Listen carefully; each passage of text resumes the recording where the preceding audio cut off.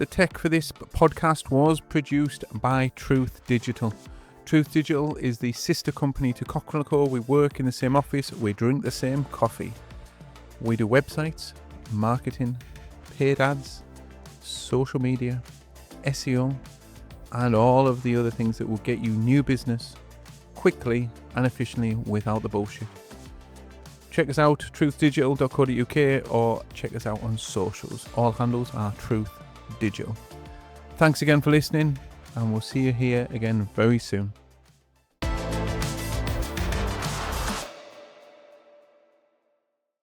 Welcome to the UK Flooring Podcast. Today I am joined with Matt Brindley. Matt, how are you doing? Really good, thanks. Yeah, pleasure to be here. Thanks for the uninitiated, Matt, who are you and what's important to you?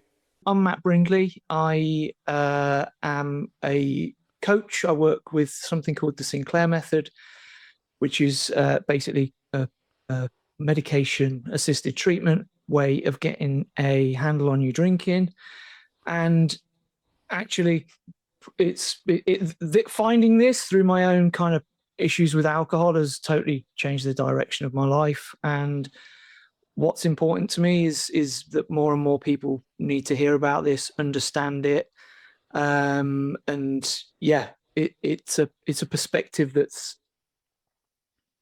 I think a lot of people need to hear. And I think, sorry, I'm dragging on a bit here, but I think probably the kind of GLP-1 type conversation, and if you take that back 5 years, in terms of how new that was, like go back 5 years, well, you know, if you were talking about GLP-1s or Manjaro, they'd be like, well, just get yourself down the gym. You need to get a personal trainer. You just need to start eating less, eat less pizza, mate.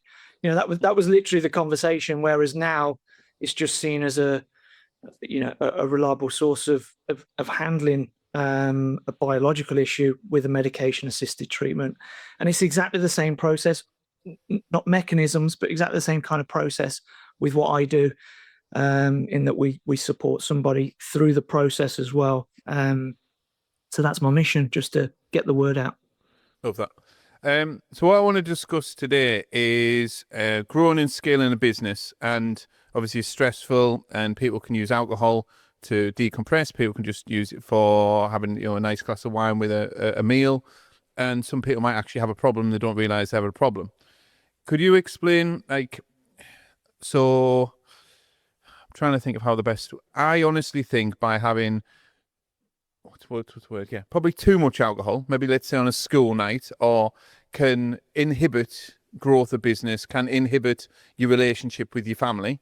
But I'd like to get your opinion on where do we draw the line? So what I mean by that is probably 10 years ago, on a Friday night, it was like, look, I'm not at work the next day, I'm going to have a blowout. So, it would be 6 cans, 8 cans, whatever, possibly same on a Saturday. And then Monday morning, a couple of cans of Red Bull because I'm really tired and lethargic. And then repeat. And then that slipped a little bit into on a Wednesday night. And then sometimes it slipped onto a Tuesday night. Nothing really major, maybe 1 can here, 2 cans there. But what would you class as getting a handle of your drinking to grow a business? How do you see? Because you obviously see every end of the scale where people are reliant on alcohol, and maybe someone that just enjoys a beer with a mate. So where's the line? It's a really interesting question, mate, because there's kind of 2 questions going on there. I think the first part is really, is looking at what it takes from your life. Now, we can all Google this, and I'm never a preacher with this stuff, so please take this in the right way. But we probably all know that alcohol is not a great thing to have consistently in our lives. We probably know that it opens us up to having more issues with our health. We probably know that it kind of delays motivation and drive and those type of things. So to me, I still drink, by the way. So I want to kind of take that out of the picture. I don't think that people shouldn't drink. It's your choice. People want to decompress. I use it as a social tool. It's whatever's comfortable for you. But I think it's when it starts to attach itself into different areas of your life So if you could probably just like look at where you are now and just think like, is it becoming an issue? Am I waking up a little bit kind of on the back foot? Is it creating a little bit more stress than it needs to? Am I using it as a tool? Like, am I actually thinking, God, I can't wait to get home and have a beer tonight? Because that was me, certainly. And I think those kind of things, if they're on your radar, then it's probably worth having a look at it. Now, for most people, before you get to a dependency issue, you can probably go on, try your sober Octobers, your dry Januaries, those type of things, and run those types of things. It's if you get to the middle of January, or you can't get to the middle of January, and you're just thinking, Christ, I can't do this, or you manage to do dry January, and then 1st of February, you're just like away to the races, drinking till like Easter, trying to make up for dry January because that was great, and now I can celebrate because I don't have an alcohol problem. Probably identifies that you've got a bit of an issue. What I would say as business owner, and again, this is me, business owner, prior to doing this, and also while doing this, really, it's the opportunities that you don't get. It's the opportunities that you miss. It's the growth that you could have had. It's the email that you should have sent. It's the conversation you should have had. It's the confidence in attacking that marketing plan that you've dreamt of. It's all the other the kind of side effect of drinking and what that takes away from you. So it's not just the day-to-day running of your business, because for most people, certainly in your industry, probably have one or two people at least working underneath us that can carry the reins and allow things to go through. But it's that kind of missed opportunity. It's the growth. It's the confidence. It's that kind of snowball effect of, I call it like the stars aligning. When just things seem to be going right and these opportunities just seem to be coming up. Yeah. It's when you've got a clear mind to really kind of take advantage of all of those things that, to me, I think that's one of the things with a business owner. I think you've nailed the absolutely on the head. Using it as a tool, that there is like a great thing that hit me. There was when I used to go to weddings or social events. It was non-negotiable to have a drink, and I could do 2, 3 weeks, 4 weeks, 5 weeks, no problem at all without a drink. There wasn't an issue with that. But there's a wedding coming up. It'd be like, no fucking chance. There's no way I'm going to that wedding and not having a drink. No, no. And it was using it as a tool. I'm like, oh, well, I'll have a few drinks and I'll be sociable. Yeah. And it's like, well, okay, so, and then you think that's not an option. So yeah, it wasn't, and I think we all still I still enjoy a pint, and it's actually a bit more special now. It's like, oh, we'll have a pint and a curry. It's fabulous. But yeah, I think using it as a tool, and then what else you can use on the other side of what other tools have you got in your ammunition to get a better result. That's the thing. That's the mirror, because so one of the things that we do as we work through the process is just identifying triggers. So if it's always that you're in a social event, I have to drink, I can't not drink, or so one of the questions we use is why. So do you want this? Why? And if you're constantly saying, oh, I've had a bad day, it's the stress of this certain event in the past, I'm using it as a coping strategy, it's a social thing. So that ultimately is your trigger. And that mirror really should be, well, can I handle that in a better way? Could I handle social situations in a better? Is there a better way of me doing it than having a drink? Is there a better way of me decompressing after a hard day at work than just reaching for a beer that's a little bit more healthier? And it's just those little tiny things. I think, and this kind of goes to the earlier thing that you said, like when I started what we're doing with Rethink Drink, my mind went to, I'm going to be helping the guy drinking out the paper bag at the end of the road, alcoholic, in and out of AA meetings, can't hold his life together. The truth of our clients is utterly, it is a gray area drinker. It's someone who is a very high achiever. It's often business owners. They're kind of all higher up in kind of management.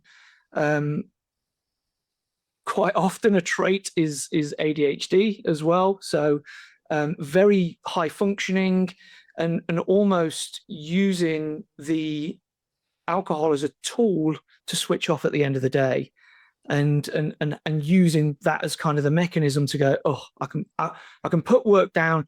Let me have a glass of wine. Let me decompress and relax. And yeah, I mean, honestly, some of the occupations of the people we work with like stagger me. We're talking lawyers, we're talking solicitors, we're talking GPs, like doctors that you would go and see in your GP that is working with us, because they've where can they go as a doctor with a drink problem. And it's staggering, and to me it's probably encompassed as a gray area drinker, someone who is just using it as kind of a bit of a tool, a bit of a decompression social tool as well.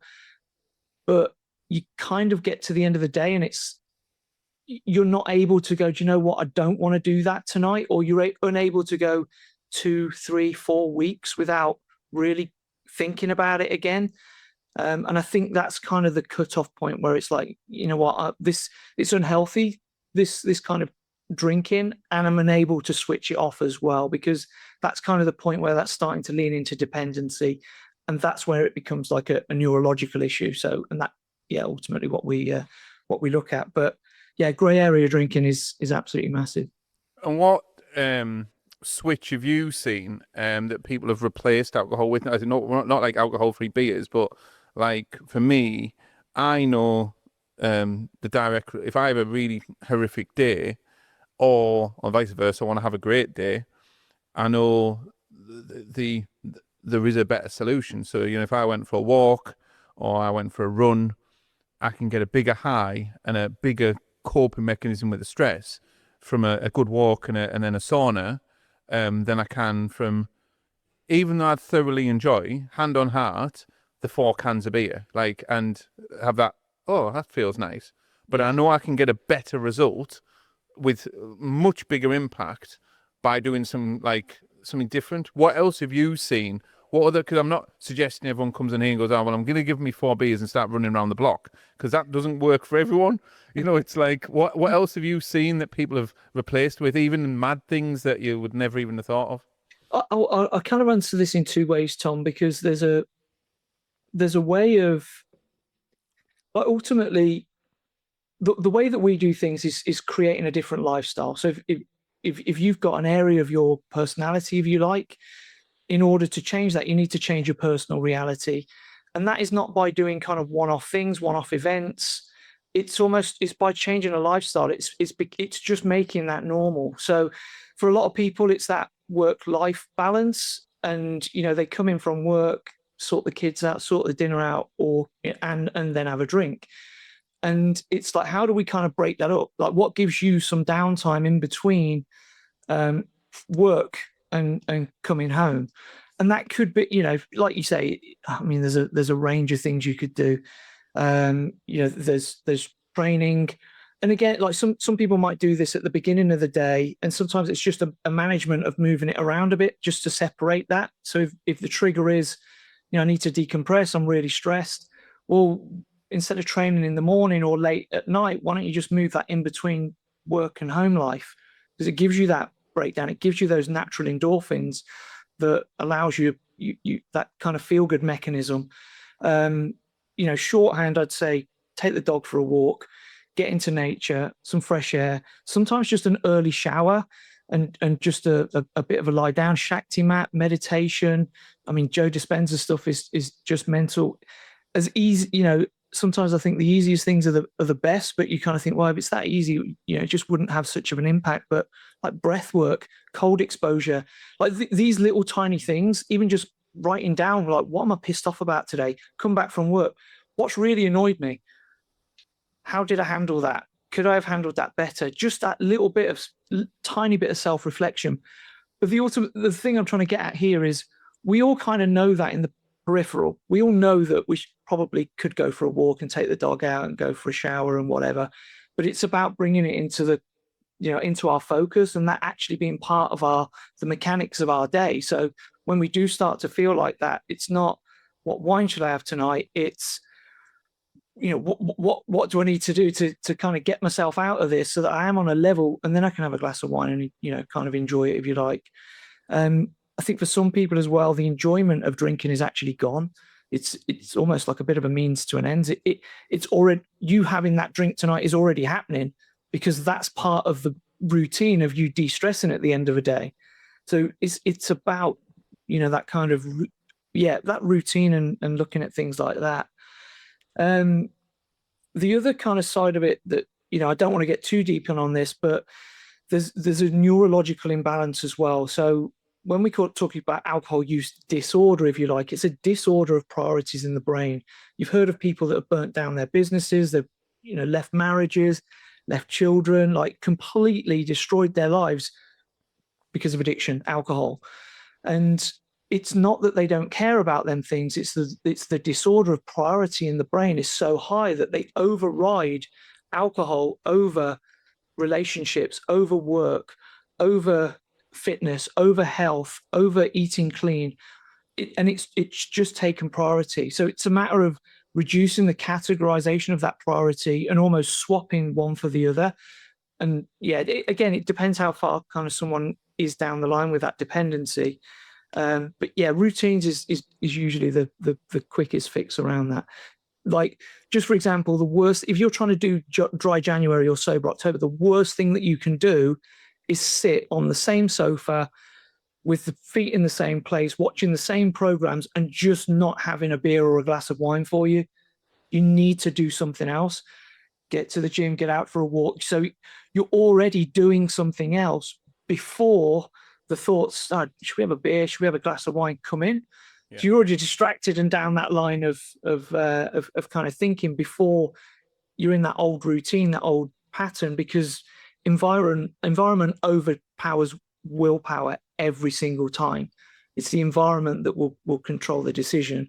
You might be able to resist it for a day, week, 2 weeks, but ultimately, if you don't change the environment or the pattern, you'll just, our brains are designed to repeat patterns. So, if you don't change that, it will just go back to the old behavior because that's where you got the result. No, I think it's really interesting. Same with, I would say I've struggled with food a bit. And if I work from home where there's a fridge, I mean, there's a fridge at work, granted, but if there's a fridge full of food and like I could have my dinner at 11 o'clock and I'm like, well, I'll have something else when I'm at home because my environment, I'm sat at the kitchen table next to a fridge. But then if I come to work with my dinner in my meal prep thing, which is what I always do, and then there is no food in this fridge here, there is water and there's the meal for the day. And the weirdest thing is I'm not hungry, but if I was working from home that same day, I'm fucking starving. I'm like my brain's telling me I'm hungry. But yeah, you bring it to a different environment, which is the same as the booze thing. That's I suppose you look at it. You go on the treadmill in sports, like in a gym. You're not going to be thinking, oh, I'll be sipping away on me Stella. You'll be on a treadmill, so you haven't got time to be thinking about that. Yeah, no. Yeah, that's it. And pattern interrupts. If again, it's not like a ruthless pitch for your business, but if someone genuinely is listening to this podcast, it's only a short one, that they've tried this, they've tried that, and they're literally just at the end of their tether, what's the next step where they just say, everything I've tried hasn't worked, and I just need to have, and it's kind of getting to a point where it's beyond a joke. Where's the first place to start?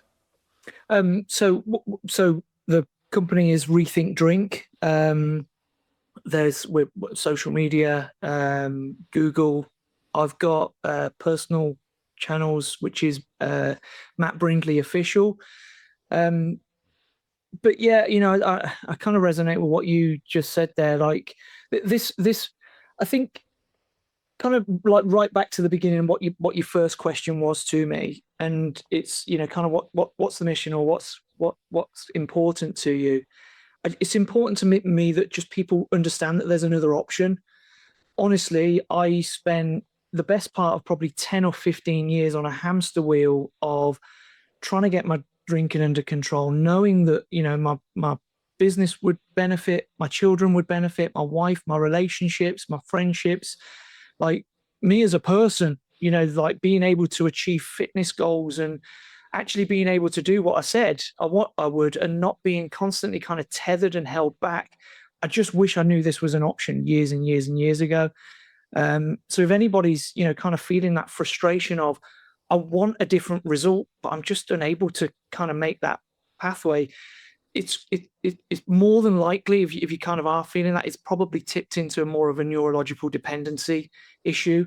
And that's where this kind of medication assisted treatment really, really kind of flourishes, really helps with gray area drinkers, really helps with like binge drinkers. So if you're able to maintain that kind of school night not drinking, but then Saturday or Thursday, we might stop the weekend early, Thursday, Friday, Saturday, and Sunday you are drinking and unable to turn that off, then yeah, just reach out. Understand that there's another way that you potentially never heard of, or you might want to understand. But kind of the overriding message here is, if you're trying something over and over and over again and you're not getting a different result, like you're always ending up in the same place and you feel like you're getting back to square one again, and then it's all that kind of motivation of, come on, let's do it, it's still going to be different this time, I'm going to start gymming this time, I'm going to include a diet within it, or whatever it is, fitness challenge, I'm going to change all that. But ultimately, when that all passes and it kind of all settles down, you're just back in square one and you're like, man, why can't I just get a handle on this? Like, please, please, please understand, you're not the only one. It's unbelievable, this kind of gray area drinking, and the amount of people that find themselves in that position. The reality of this is that once you're in dependency, a lot of people can struggle to do it alone. It's a progressive neurological condition. So ultimately, your drinking will get worse. You will drink longer. You will drink stronger. You might drink earlier. You might move on to spirits. You start deciding which beer you're going to have depending on the alcohol volume on the side of the can, or choosing which the finest wine you're going to drink tonight is because it's got a higher percentage on there. Those little things like that, they're the things where it's like, probably need to put a pause on this and just reassess it, because like this whole podcast really has been about, like, how does this impact you as a person? How does it impact your family? But how does it impact you as a business owner? Where are you missing these opportunities? Imagine if you'd imagine if you got your drinking 5 years ago under control. Do you think your business would be in a different place right now to where it would have been if you'd have not got a handle on your drinking? And if there's a gap there, yeah, I would say it's probably worth looking at. Love that, Matt. Really valuable session. Thank you so much for coming back on the podcast. All right, dude. You're welcome. Good to see you, mate.